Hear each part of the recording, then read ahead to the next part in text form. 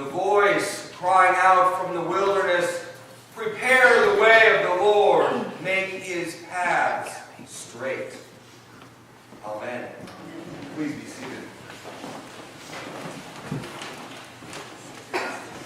It is Advent. It is the second week. You may notice there's 2 candles lit on our wreath. We only have 2.5 weeks left until that most anticipated day of the year, but we're not there yet.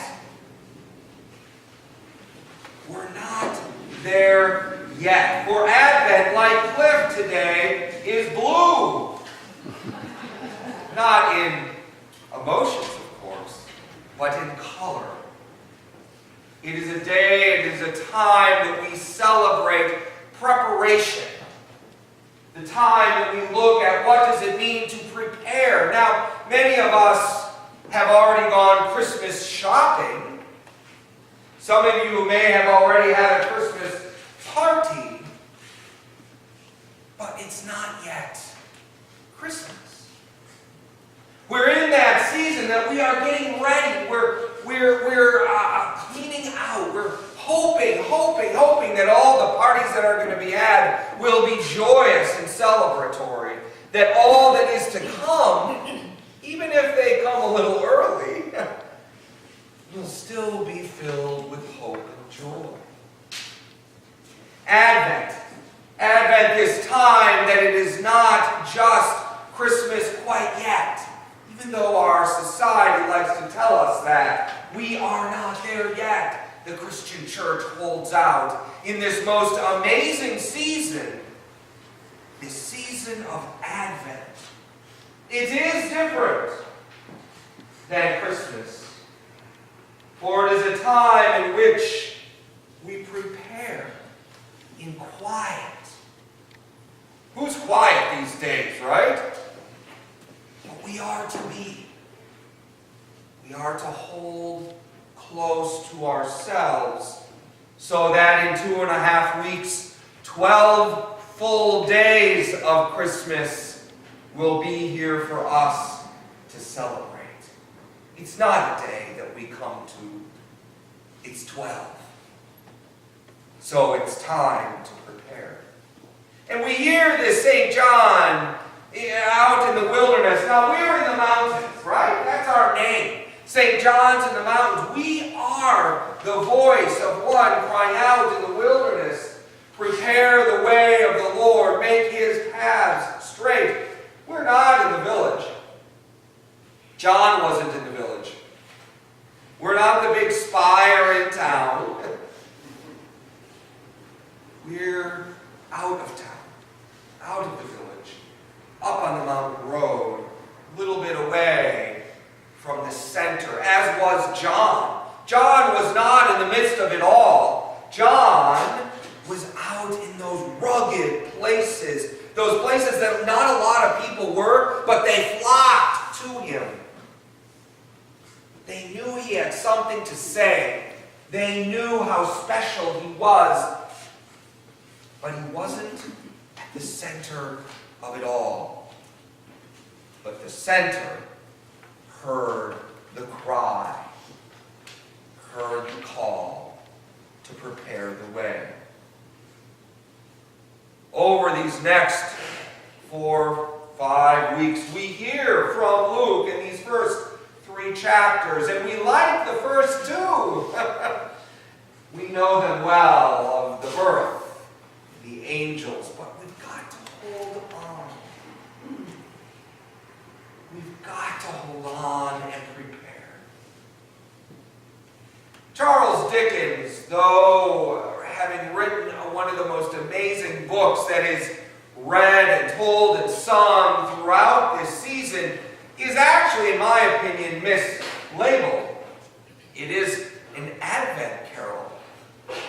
Can you imagine if that was the name of the book? I'm not sure it would be given the voice that it is and is given. But it first starts in Advent. It doesn't start on Christmas Day. That's where it ends up. It starts on the last day the day of preparation. And I love this story. I love the story of getting ready. For Scrooge, what does he say? Humbug. You can just hear it resonate throughout this world at times. Humbug. I love that statement because it speaks sometimes about, and more often than not, our world, whether we believe it or not. And his nephew, you may remember this little scene. His nephew comes in on Christmas Eve, on the last day of Advent, and he says, "Merry Christmas, Uncle!" And the uncle replies, "Bah, humbug." And after a little dialogue, a little exchange of bah humbugs, and but uncle, bah humbug, but uncle, he says to his uncle, "Yes, Christmas has never put a piece of gold or silver in my pocket, but it has done me well, and it will do me well. So I say, God bless it." He tells his uncle to prepare for what is to come. He tells his uncle, "You know what, Uncle, you're wrong. It isn't about bah humbug. It isn't about, pushing it all away. It isn't about what we'll gain by all the gifts we get from underneath the tree. It's something more. But we better be ready." We better be ready for it. For the cry comes out before Christmas, not on Christmas Day. That leads us back to that St. John. St. John says, "Prepare the way of the Lord, make your paths straight, for those mountains will be leveled, and those plains into plains, and those crooked places will be made straight." Well, John is saying we have crooked places in our lives. It's not something we like to think about at Christmas, is it? But we do have those crooked places. And those mountains that we must climb and descend, and climb and descend. And John is saying, do the hard work of faith, so that when that glass is ready to be lifted, so when those gifts are ready to be opened, so when that turkey or ham or beef are prepared and set on the table, our hearts are ready for the joy that is to come, that is to be here and worth the joy of celebration. There are times that deadfall covers the road. There's times that we can't see around the bend. And of course there's Smuggler's Notch. It's hard to get up and over at times, isn't it? Whether on snowshoes or in a car. John the Baptist knew the heart of our lives. December isn't a time we like to sit and think about that. But I think this year, it's perfect time. We don't have a beautiful white December yet. It's not pretty out there. It's nice to look at Hal's house across the street. But the ground is still dirty. And we hope, of course, that Christmas will come, that white blanket of purity and joy and of birth. But now's the time to clean that up, to sweep, to make straight, and to level.